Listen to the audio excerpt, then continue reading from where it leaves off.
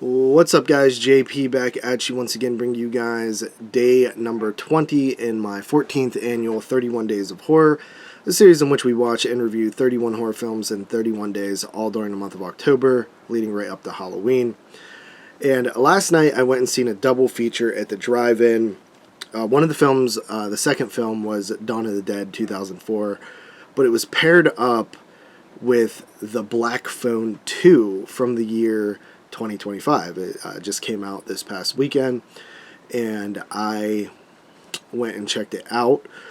So, The Black Phone 2 is a sequel to the first Black Phone film, which I think came out in the year 2021, so it's been about 4 years since the first film.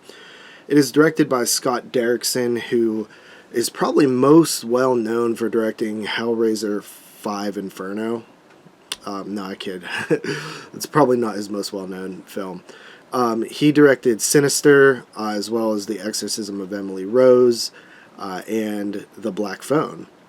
He also did a Marvel movie, Doctor Strange, as well. But yeah, Scott Derrickson sequelized his first film, The Black Phone, which I believe was based on a Joe Hill novel, if I'm not mistaken. And The Black Phone 2, I don't think is based on any previous work other than The Black Phone. So kind of interesting. I wonder if Joe Hill had anything to do with the production of this movie. I'd be curious if it was all just Scott Derrickson's idea or what. But the first film took place in the 70s, I believe. This one takes place in like 1982. And it's the same universe, so we're following the same characters that was in the first film, which is pretty cool. It feels like a good follow-up. But as the first film ended, spoiler alert for the first film, but the lead villain, played by Ethan Hawke, the Grabber, in his creepy mask, was killed. So it's you're kind of wondering where this one's going to go. And it takes place, I believe, like in real time years later, like 4 or 5 years later, and we still have the lead character named Finn, and his sister Gwen, who in the first film had dreams that helped him out, and she begins to have nightmares about her mother, who we knew in the first film had died via self-deletion, and the dreams are involving some sort of like Bible camp that she went to, and the little sister Gwen basically wants to go to that camp to solve a mystery of these 3 missing boys. And meanwhile, Finn is getting phone calls, like dream phone calls, from the Grabber, and so that's still happening to him, and he eventually decides to go with his sister to be the camp counselors. But there is a big snowstorm. They also take the sister's like love interest named Ernesto to be a counselor as well, and they get caught in a snowstorm and end up making it to the camp, but the camp is basically postponed due to the snowstorm. So it's just them 3, along with the owner / runner of the camp, his, I think, maybe daughter, and then 2 other staff members who are at the camp that work in the offices.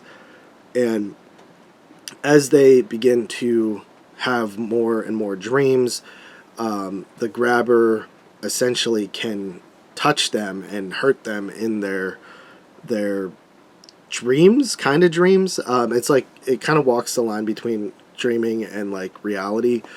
So it's kind of interesting.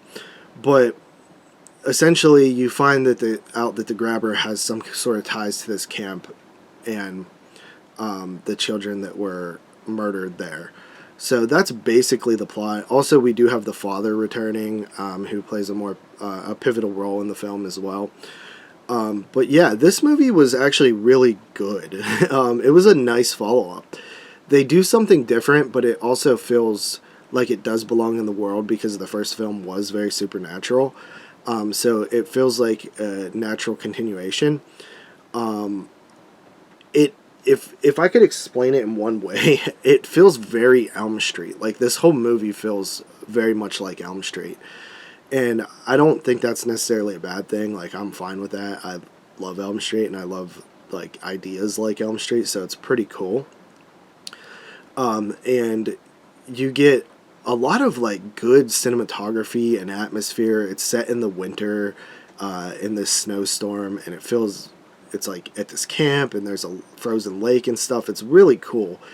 And they use a lot of great dark shots and cool, like, cold atmosphere. I like it. I like what Derrickson's, like, vision on this one.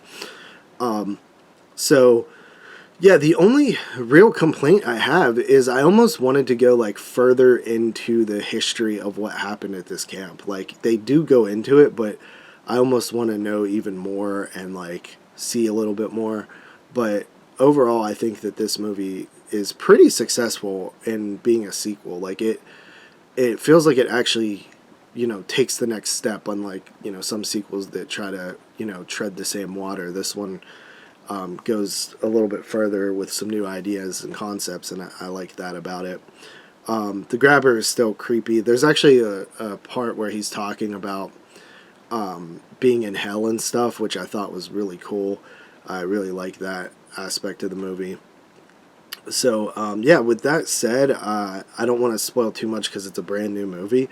But I gave it an 8 out of 10. I think it's pretty solid. I think I might like the first one a little bit more, but this is definitely a good follow-up. So with that said, see you guys tomorrow with another one. Peace.